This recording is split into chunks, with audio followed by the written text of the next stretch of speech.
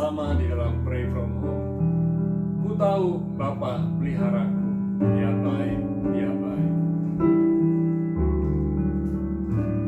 Ku tahu Bapa peliharaku, Dia baik, Dia baik. Ku yakin Dia selalu sertaku. Dia baik bagiku. Lewat badai cobaan, semuanya mendatangkan kebaikan. Ku tahu Bapa peliharaku, Dia baik bagiku. Ku tahu Bapa peliharaku, Dia baik, Dia baik. Ku yakin Dia selalu sertaku. Dia baik bagiku. Lewat badai cobaan, semuanya mendatangkan kebaikan. Ku tahu Bapa peliharaku, Dia baik bagiku. Ku tahu Bapa peliharaku, Dia baik, Dia baik. Ku yakin Dia selalu sertaku. Dia baik bagiku. Lewat badai cobaan, semuanya mendatangkan kebaikan. Ku tahu Bapa peliharaku, Dia baik bagiku. Dia baik bagiku. Dia baik bagiku. Haleluya, kami sungguh menikmati semua kebaikan-Mu dalam hidup kami. Kami bersyukur bahwasannya Engkau baik, sungguh baik, sangat baik. Haleluya, terpujilah nama-Mu Yesus. Engkau dimuliakan, Engkau diagungkan. Haleluya, Kau selamatkan kami, Kau tebus kami dengan darah-Mu yang mahal. Haleluya. Oh, terima kasih Tuhan, terima kasih Yesus. Haleluya.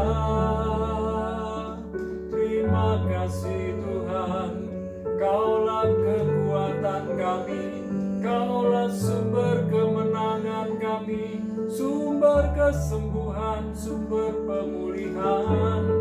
Kaulah segalanya dalam hidup kami.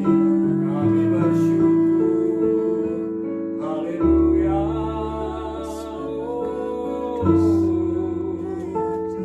Engkau baik, sungguh baik, sangat baik. Kasih setia-Mu tak pernah berubah, dulu, sekarang, sampai selamanya.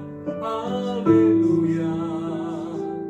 Ajaib Kau Tuhan, Kau perlindungan kami, Kau keselamatan kami. Terima kasih Tuhan. baik, Engkau sangat baik. Engkau melindungi kami, Engkau menjaga kami, Engkau melawat kami, Engkau menyediakan segala yang terbaik buat kami. Bahkan di dalam segala keadaan, Tuhan perhatian kepada kami. Setiap tetes air mata kami, Kau tampung dalam kirbat-Mu. Kau perhatikan keluh kesah kami, Kau pedulikan pergumulan kami. Bahkan Tuhan menjadi sumber solusi, sumber jawaban di depan kami. Berbicara buat kami Tuhan, kami mau dengar kebenaran firman-Mu. Dalam nama Yesus, amin.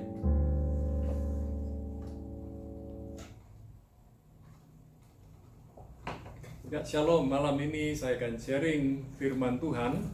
Dan kita mau belajar bersama-sama beberapa ayat.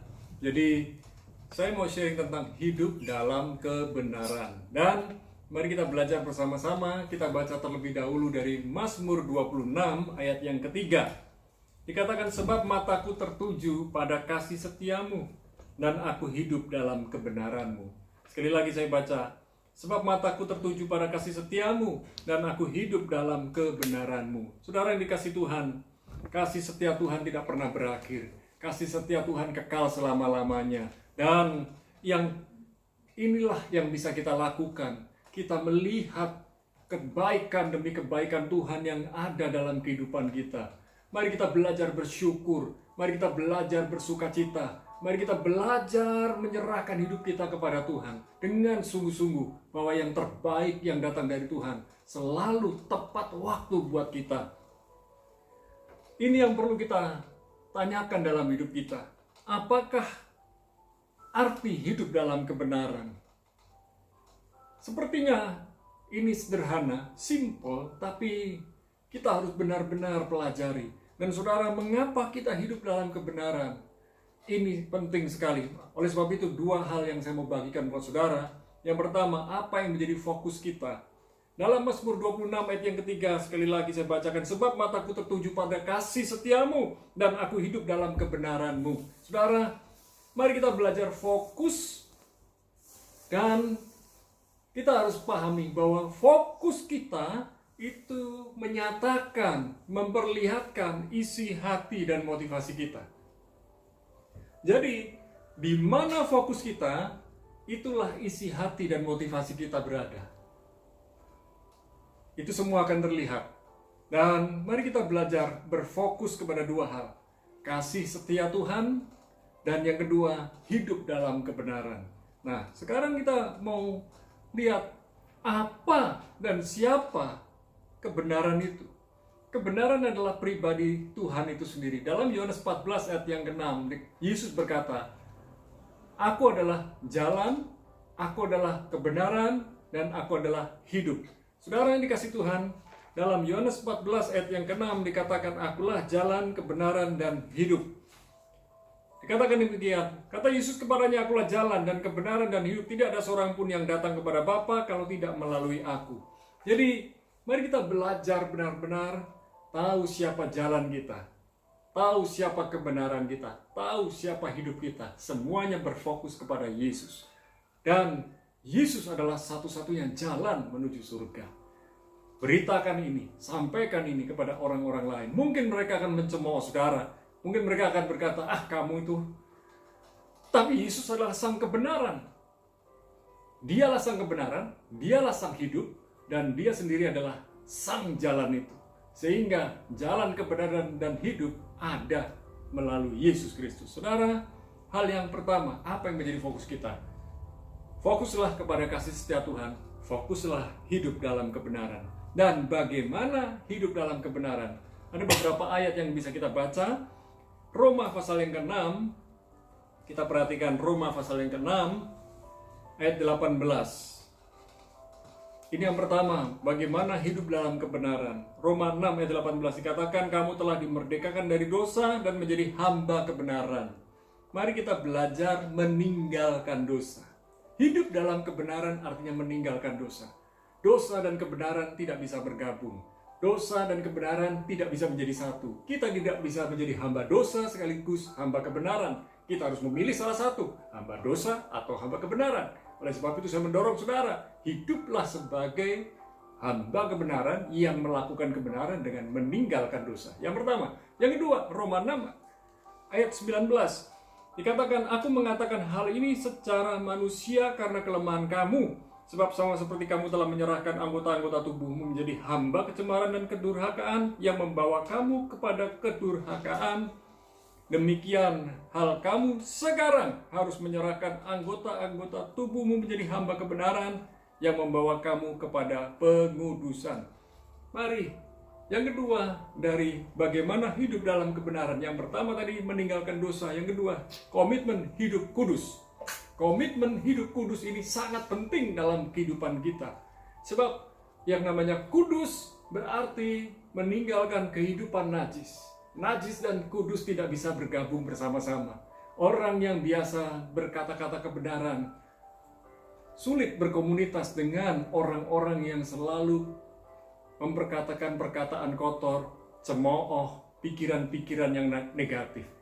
Isi hidup kita dengan pikiran Kristus, isi hati kita dengan firman-Nya, maka dari mulut kita, dari kehidupan kita akan mengalir firman. Yang ketiga, 1 Petrus 2 ayat 24. 1 Petrus 2 ayat 24. Dikatakan demikian, Ia sendiri telah memikul dosa kita di dalam tubuhnya di kayu salib, supaya kita yang telah mati terhadap dosa, hidup untuk kebenaran. Oleh bilur-bilurnya kamu telah sembuh. Mungkin hari-hari ini saudara sedang mengalami sakit. Saudara mengalami sakit yang berhari-hari, berminggu-minggu, berbulan-bulan, bertahun-tahun tidak kunjung sembuh. Ingatlah baik-baik, oleh bilur-bilurnya kamu telah sembuh. Tetapi lihat, ayat ini dalam 1 Petrus 2:24 dikatakan, Ia sendiri telah memikul dosa kita di dalam tubuhnya di kayu salib. Untuk apa? Supaya kita yang telah mati terhadap dosa. Jadi, kalau kita mau menikmati kesembuhan dari Tuhan, kita harus mati terhadap dosa dan hidup untuk kebenaran. Sehingga kita bisa menikmati yang namanya oleh bilur-bilurnya kamu telah sembuh. Jadi bukan hanya kita dapat berkata, oleh bilur-bilurnya aku sembuh, oleh bilur-bilur Yesus aku sembuh, tapi hiduplah dalam kebenaran, hidup untuk kebenaran. Sehingga yang ketiga, kita belajar komitmen untuk kebenaran. Maka pikiran kita, hati kita, perkataan kita, sikap kita, perilaku kita yang selalu menyatakan kebenaran, itulah yang menyebabkan kita menikmati kesembuhan, pemulihan. Sekalipun kita sakit, tapi cepat sembuh. Sekalipun kita sakit, bahkan yang hari-hari menjadi penyakit mengerikan, sakit COVID-19, tapi kita akan sembuh dengan cepat. Saya percaya itu terjadi buat hidup saudara dan saya dan kita semuanya. Kalaupun sakit, kita akan sembuh dengan cepat. Yang keempat, Amsal 21 ayat 21. Amsal 21 ayat 21 dikatakan, siapa mengejar kebenaran dan kasih akan memperoleh kehidupan, kebenaran, dan kehormatan. Sekali lagi, siapa mengejar kebenaran dan kasih akan memperoleh kehidupan, kebenaran, dan kehormatan. Kejarlah kebenaran dan kasih. Kasih Kristus yang menguasai hati kita. Kasih Kristus yang menguasai hidup kita. Dan kebenaran Kristus itulah yang kita lakukan setiap hari. Kejar itu terus. Sehingga fokus kita adalah melakukan kebenaran, melakukan kasih. Melakukan kebenaran, melakukan kasih. Maka hidup kita akan berbeda. Kita akan menjadi orang yang energik, orang yang bersemangat. Karena fokus kita dalam melakukan kebenaran di dalam kasih. Melakukan kasih di dalam kebenaran. Saudara, itu yang keempat. Yang terakhir, Galatia 3 ayat 11. Galatia 3 ayat 11 dikatakan demikian. Dan bahwa tidak ada orang yang dibenarkan di hadapan Allah karena melakukan hukum Taurat adalah jelas.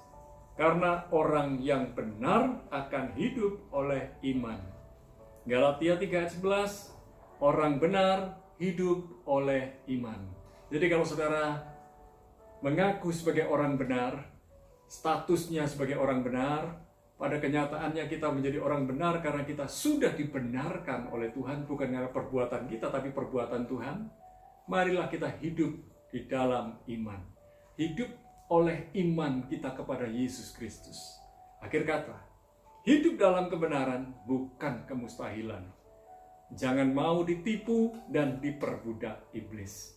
Iblis mau menipu saudara dengan mengingatkan masa lalu saudara, karena dia hanya bisa mengingat-ingat masa lalu saudara, tetapi dia tidak bisa memberitahukan masa depan kita. Dia mau kita ikut masuk neraka bersama dia, tetapi Tuhan kita yang sudah menyambut kita, yang sudah mengambil kita, yang sudah memulihkan kita, mengangkat kita menjadi anaknya, supaya status kita menjadi anak Allah.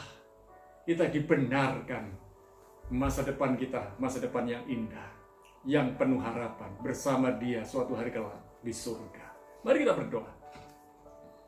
Kami mau menjadi hamba kebenaran, kami mau hidup dalam kebenaran, kami mau berjalan bersama dengan Tuhan, dan kami percaya hari ini fokus kami melihat kasih setiamu, dan fokus kami mengingat kasih setiamu, dan kami mau hidup dalam kebenaran. Dan kami percaya Tuhan mampukan kami supaya kami sanggup bertahan di tengah-tengah masa sukar, sanggup melewati hari demi hari bersama dengan Tuhan. Terima kasih Bapa. Kami bersyukur dan kami berdoa. Malam ini kami berdoa syafaat buat para kekasih Tuhan yang sedang mengalami sakit COVID-19. Tuhan menyembuhkan, memulihkan mereka. Bahkan di beberapa daerah kasus COVID-19 yang bertambah, kami berdoa Tuhan memberikan kesembuhan, pemulihan dengan cepat. Dan biarlah proses vaksinasi di berbagai daerah berjalan lancar. Dan kami berdoa bagi yang belum vaksinasi, biar segera tervaksinasi. Dan biarlah Indonesia mengalami kesembuhan dan pemulihan. Berkat-Mu, rahmat-Mu ada buat negeri Indonesia ya Tuhan. Kami percaya negeri Indonesia pasti akan pulih. Kota demi kota yang sedang mengalami peningkatan kasus COVID-19, Kudus, Bangkalan, Jakarta, Surabaya, dan beberapa kota yang lain, kami berdoa, biarlah kota demi kota yang sedang mengalami kasus kenaikan COVID-19 yang makin banyak reda dalam nama Yesus, pulih dalam nama Yesus. Kami juga berdoa buat saudara-saudara kami yang mengalami sakit-sakit yang lain. Kami berdoa buat Pak Slamet, Tuhan memulihkan dari stroke yang dia alami. Kami berdoa buat Pak Roni yang retina matanya sedang mengalami pemulihan dari Tuhan. Tuhan menyembuhkannya total. Saudari Yofi yang sedang lewati proses kemoterapi, kami berdoa Tuhan menyembuhkan, menguatkan. Dan beberapa saudara yang lain yang hari-hari ini sedang mengalami sakit, Tuhan menyembuhkan, memulihkan. Yang sedang mengalami masalah rumah tangga, Tuhan memberikan solusi, jalan keluar. Yang sedang mengalami masalah di dalam pekerjaan, yang putus hubungan pekerjaan, kami berdoa ya Tuhan, mereka menemukan tempat pekerjaan yang baru, lewat keterampilan, lewat skill yang mereka punya. Terima kasih ya Tuhan, kami berdoa hikmat Tuhan ada pada anak-anak Tuhan yang berserah, bergantung kepada Tuhan sepenuhnya. Dan kami juga berdoa buat anak-anak Tuhan yang bekerja sebagai karyawan pengusaha, biarlah mereka semua melakukan protokol kesehatan yang baik dan benar. Dan kami percaya berkat Tuhan ada pada mereka. Kami juga berdoa untuk para hamba Tuhan yang melayani dengan sepenuh hati. Tuhan sudah menyediakan berkat yang terbaik buat mereka semua. Terima kasih Bapak. Kami juga berdoa buat rekan-rekan kami di berbagai negara, baik yang ada di Malaysia, yang ada di India, dan beberapa negara yang sedang mengalami lockdown. Biarlah Tuhan memberikan pemulihan dengan segera.